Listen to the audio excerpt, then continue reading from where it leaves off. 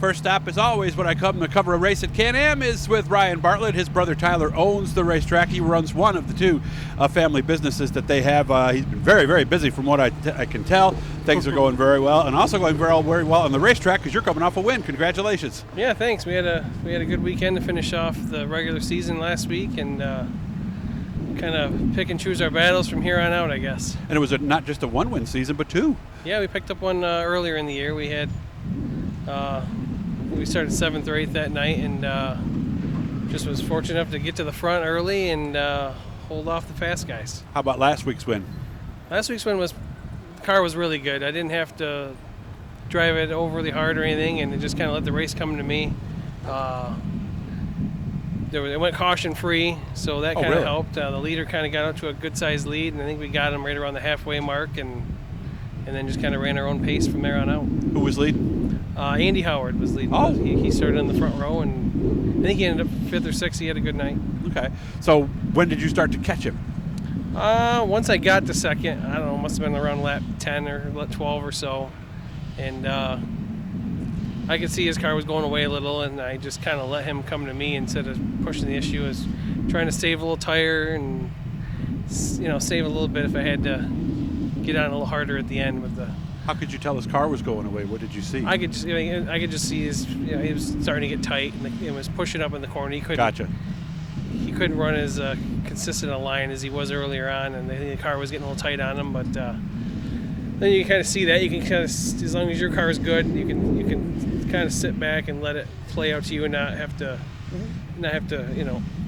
charge hard at him and then save a little for the end. You got to try to save some to get through the lap traffic and stuff like that. Okay. So with him pushing, and you're noticing this, and he's getting bigger and bigger, and you're seeing him coming, what's the thought with him pushing? Is it easier to get him coming in or wait till he pushes trying to come out? Usually coming off the corner is the easiest place to pass. That way you're not taking a chance on... You're having him come down, right? Yeah, coming down or whatever. And usually once you see him start to push, then you can see the hole gets a lot bigger and the lane opens up, and you can usually just drive. My car was really good on the bottom last week. The heat race, it was not very good. We were struggling coming off of 2, and we made a lot of changes to the car. And coming off of 2, it was our strong suit in the feature last week, so that's where we made most of our moves. Nice. So at that point, you still have some laps to go. Were you concerned about anybody? Because obviously there's a couple of guys who've been winning a lot of races who were out there, right? Yeah, I could see Fuller moving up the board throughout the top 5 there, and I knew he would be coming.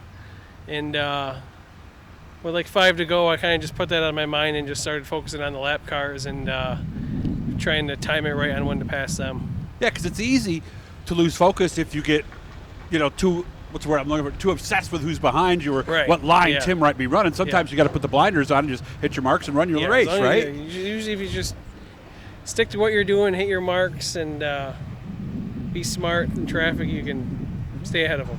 So is this going to be it? I know this is the finale weekend for Can Am. You told me maybe something else, I think. Yeah, we're kind of week to week from here on out. If we have a decent run tonight, we might run next weekend, and we'll see what Dirt Week brings. Maybe. So that's a possibility. Yeah. Okay. Yeah, we'll see. And isn't it tough? I was having this discussion with somebody the other day who was thinking about adding a show. How we doing?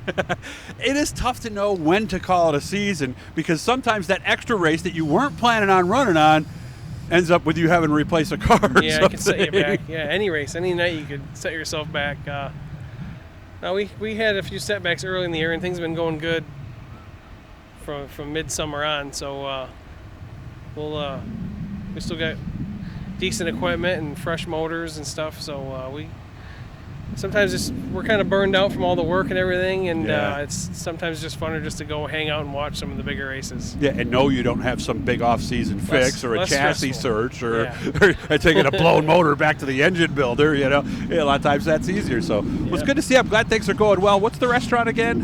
Johnny D's in the Paddock Arcade. Okay, right downtown Watertown? Yep. Okay. What does everybody order? What's the favorite dish? What do you order? Let's put it that way.